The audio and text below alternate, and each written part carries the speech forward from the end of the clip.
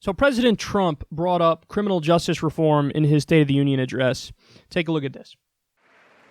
Last year, I heard through friends the story of Alice Johnson.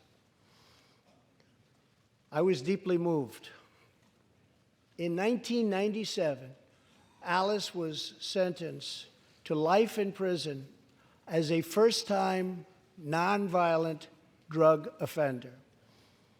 Over the next 22 years, she became a prison minister, inspiring others to choose a better path.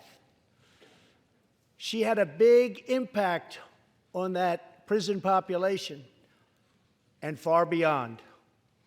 Alice's story underscores the disparities and unfairness that can exist in criminal sentencing and the need to remedy this total injustice. She served almost that 22 years and had expected to be in prison for the remainder of her life. In June, I commuted Alice's sentence. When I saw Alice's beautiful family greet her at the prison gates, hugging and kissing and crying and laughing, I knew I did something right. Alice is with us tonight, and she is a terrific woman. Terrific. Alice, please.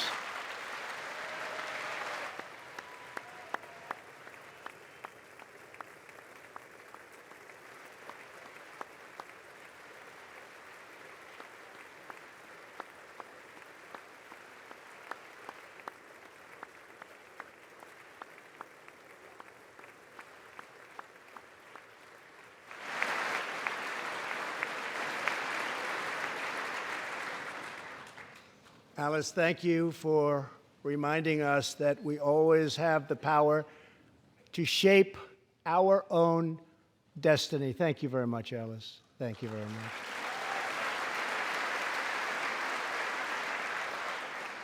Inspired by stories like Alice's, my administration worked closely with members of both parties to sign the First Step Act into law.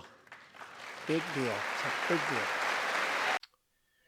So there's a lot to say about this clip. First of all, Trump really did have an opportunity that many presidents don't have. And what I mean by that is he amassed such a loyal and giant following, and that following, I think, was largely not based on ideology. I mean, in some ways it was, but in other ways it wasn't. It was kind of based on raw partisanship in many respects. So because of that, Trump was in a position where he could have totally bucked right-wing orthodoxy, and he still would have kept the party with him. So, and by the way, you see that like with protectionism, for example.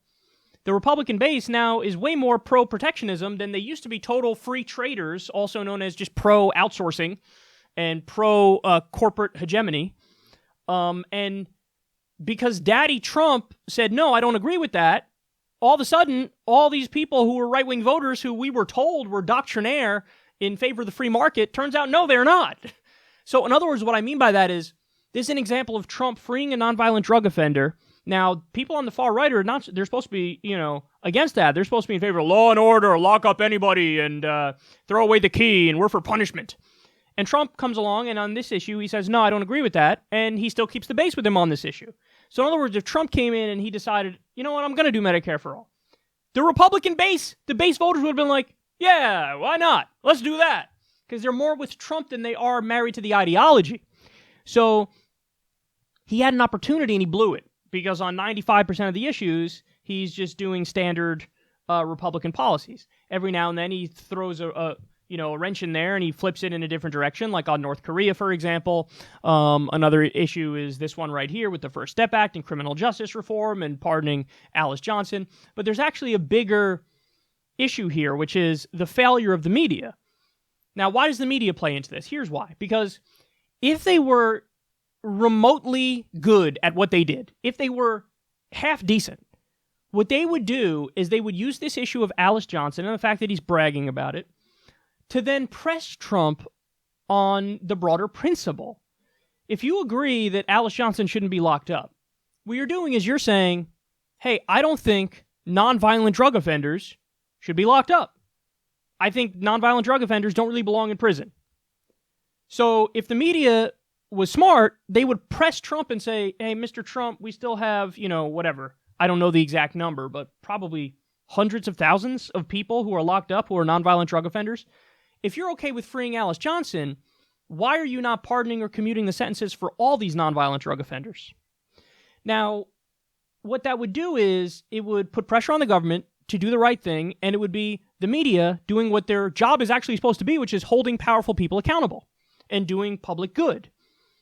But it doesn't even occur in the slightest to anybody in corporate media to say, hey, maybe I should use my position to try to do something good in this world and to hold the powerful accountable and to point out to Trump, hey, listen, this is the logic you bought into. This is something you obviously agree with in principle. Why just Alice Johnson? Why not go further? Why not free all the nonviolent drug offenders? So I think what this shows me more than anything is the failure of the media. Because here you have an opportunity where you can press Trump because he did some good in the world here. So why not press him to do more good? If the media did their job, that's exactly what they would do. But they don't. It doesn't even cross their fucking mind to do that. Because also, God forbid they give him credit on anything. Well, then, they're saying he's good, and that bucks the narrative, and they don't want that to become the new narrative that he did something good. So it's, just act like it didn't happen and don't talk about it, even though it's definitely a good thing. And listen, you guys know if you watch this show for a long time, I just care about getting the right policies implemented. I don't care how they get implemented. I don't care who implements them. I just care about getting the proper outcomes. So since that's my position, that's the first thing I would do is press Trump on that issue. Say, obviously you agree with freeing nonviolent drug offenders. You did it with Alice Johnson. Why not do it some more? So,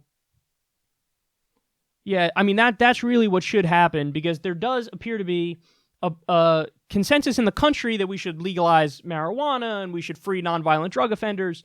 And Washington is slowly creeping towards that position, but it's going too slow. And it would help if we had a media that was doing its job to push us further along in that process.